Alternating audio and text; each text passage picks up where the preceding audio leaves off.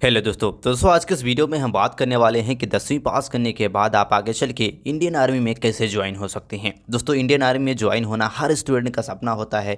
हर student चाहता है कि इंडियन आर्मी में ज्वाइन होकर वे देश की सेवा करे। तो ऐसे में आप में से बहुत सारे स्टूडेंट ये जानना चाहते होंगे कि इंडियन आर्मी में कितनी प्रकार से हम ज्वाइन हो सकते हैं। दोस्तों इंडियन आर्मी में ज्वाइन होने के लिए कई रास्ते होते हैं, जैसे कि आप 10th के बाद भी ज्वाइन हो सकते हैं, 12th के बाद भी कई सारे रास्ते होते हैं जिससे आप ज्वाइन हो सकते हैं, और आप ग्रेजुएशन के बाद भी इंडियन आर्मी में ज्वाइन हो सकती हैं। तो आज का वीडियो में आपको सारी जानकारी देने वाले हैं कि 10th के बाद आप कैसे इंडियन आर्मी में ज्वाइन हो सकते हैं। बहुत सारे स्टूडेंट हैं जो आगे 12th पढ़ाई नहीं कर पाते हैं या फिर किसी कारण से वे 10th के बाद ही इंडियन आर्मी में ज्वाइन होना चाहते हैं।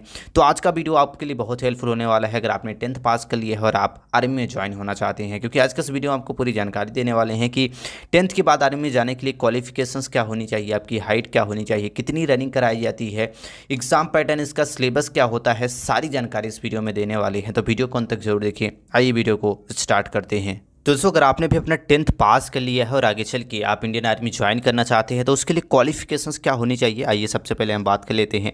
दोस्तों क्वालिफिकेशंस में बात करें तो सबसे पहले आपका 10th पास होना चाहिए। 10th अगर आपने पास कर लिया है तो आप अग्निवीर के थ्रू आप जनरल जीडी यानी कि सोल्जर जीडी के लिए जो पोस्ट होती है जनरल ड्यूटी के लिए, उसके लिए आप अप्लाई कर सकती हैं। दोस्तों उसके लिए अब आपके पास फिजिकल रिक्वायरमेंट क्या होनी चाहिए उसके बारे में हम बात कर लेते हैं।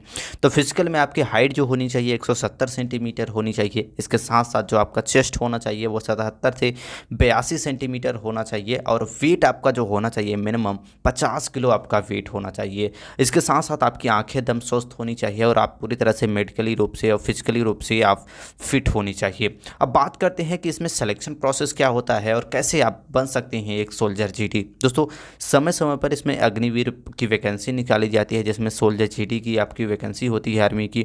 इसके बाद इसमें आपको अप्लाई करना होता है। अप्लाई करने के बाद सबसे पहले इसमें आपका कराया जाता है फिजिकल टेस्ट। दोस्तों फिजिकल टेस्ट में बात करें तो फिजिकल टेस्ट में सबसे पहले आपका जैसे ही आप जाएंगे फिजिकल टेस्ट देने के लिए, वहाँ पे सबसे पहले आपका हाइट मेजर किया जाएगा। दोस्तों आपको जहाँ पे जैसे ही आप वहाँ पे जाएंगे इसके बाद एडमिट कार्ड आपका चेक किया जाएगा और इसके बाद आपको तुरंत आपकी हाइट वहाँ पे चेक की जाएगी। 170 सेंटीमीटर आपकी हाइट होनी चाहिए। देन आपको वहाँ पे रनिंग कराई जाती है। रनिंग की बात करें तो आपको 1600 मीटर रनिंग करने के लिए लगभग 5.5 मिनट का यहाँ पे समय दिया जाता है। दोस्तों 5.5 मिनट में आपको 1600 मीटर रनिंग अगर आप क्लियर कर लेते हैं, इसके बाद आपको पुशअप्स लगाने होते हैं। इसके बाद आपका चेस्ट वगैरह मेजर किया जाता है पूरी तरह से, और पूरी तरह से आपका वहाँ पे फिजिकल टेस्ट लिया जाता है।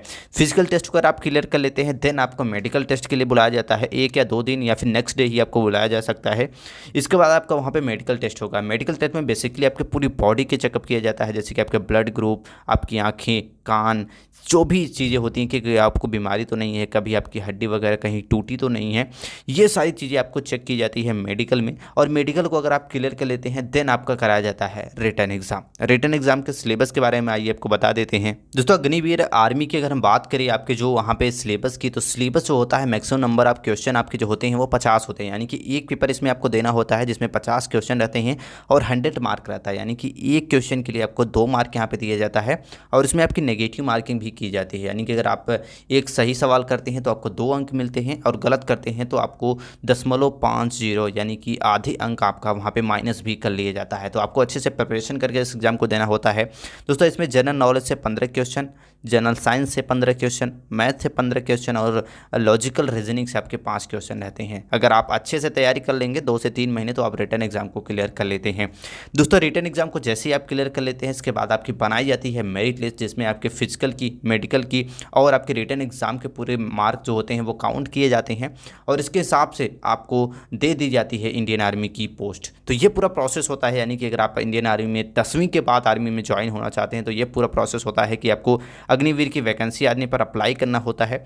इसके बाद आप जैसे ही इसके रिटन एग्जाम को क्लियर कर लेते हैं, फिजिकल को क्लियर कर लेते हैं, मेडिकल को क्लियर कर लेते हैं, इसके बाद आपको पोस्ट मिल जाती है इंडियन आर्मी में एक सोल्जर जीडी की। और इसके बाद हम बात करें एक सोल्जर जीडी की, तो अग्निवीर के थ्रू जो आपकी सैलरी रहने वाली है वह 21 से 40 हज़ार रुपये के बीच में रहने वाली है, यानी कि starting salary, basic salary in hand आपको जो दिया जाएगा वो लगभग 21,000 रुपये रहता है और आगे चल के आपकी सैलरी 40,000 रुपये मंथली तक हो जाती है।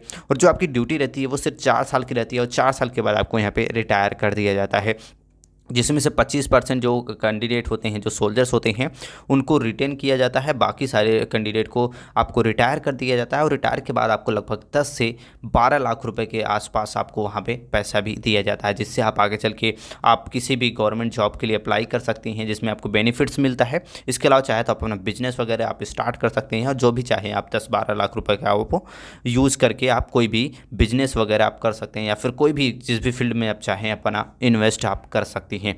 तो आई होप आप समझ गए होंगे कि 10वीं के बाद इंडियन आर्मी में कैसे ज्वाइन हो सकते हैं। दोस्तों 10वीं के बाद सिर्फ आपके पास एक रास्ता होता है, जिसे आप सोल्जर जीडी होता है, जिसके थ्रू आप इंडियन आर्मी में ज्वाइन हो सकते हैं। आई होप आज की जानकारी आपको अच्छी लगी होगी। ऐसे वीडियो के लिए चैनल को लाइक और सब्सक्राइब जरूर कर ले। मिलते हैं नेक्स्ट वीडियो में, तब तक के लिए जय हिंद।